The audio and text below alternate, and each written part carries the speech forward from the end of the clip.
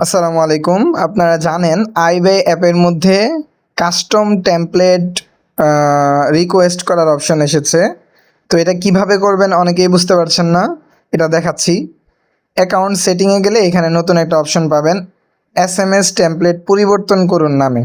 এখানে গেলে দুইটা টেমপ্লেট এখানে দেখা যাচ্ছে, একটা হচ্ছে ডিফল্ট আর একটা হচ্ছে টেমপ্লেট 1। এবং এখানে গেলে মানে তাগাদার টেমপ্লেট এসএমএস পাঠানো যায় কিন্তু দুইভাবে, একটা হলো যাদের কাছে আপনি টাকা পান একসাথে সবাইকে পাঠালেন, এটা একটা। আরেকটা হলো লেনদেন অ্যাড করার সময় যেন চলে যায়, ওইটা একটা। যেটা লেনদেন অ্যাড করার সময় চলে যায় এটা হচ্ছে এই পাশে, এবং যেটা যাদের কাছে ইতিমধ্যেই টাকা পান তাদেরকে তাগাদা পাঠাতে চান ওইটা হচ্ছে এই পাশে। তো এখন ধরুন যে তাগাদার জন্য আপনার টেমপ্লেটটা একটু অন্যরকম হবে।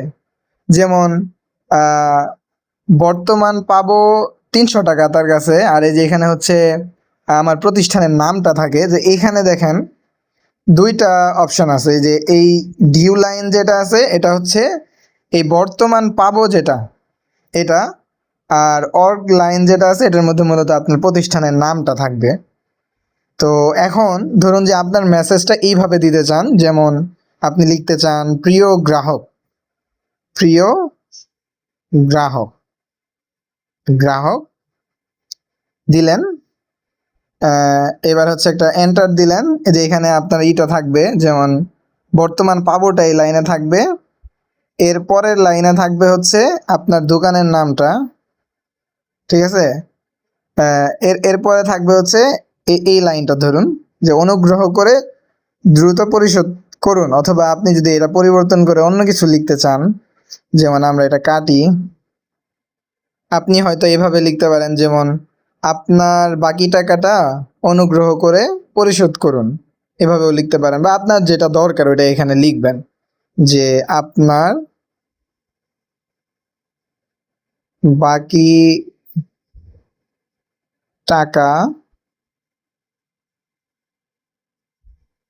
পরিশোধ করার জন্য, পরিশোধ করার জন্য অনুরোধ করা হচ্ছে, অনুরোধ করা হচ্ছে।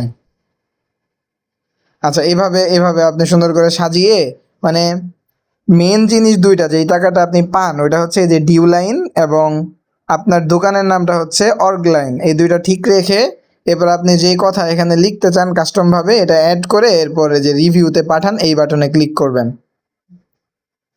এটা যে রিভিউ আছে এটা আমরা অ্যাডমিন থেকে অ্যাপ্রুভ করে দিলে এরপর থেকে আপনি এই যে এখানে অপশনটা পাবেন, তখন এটা সিলেক্ট করে ব্যবহার করতে পারবেন।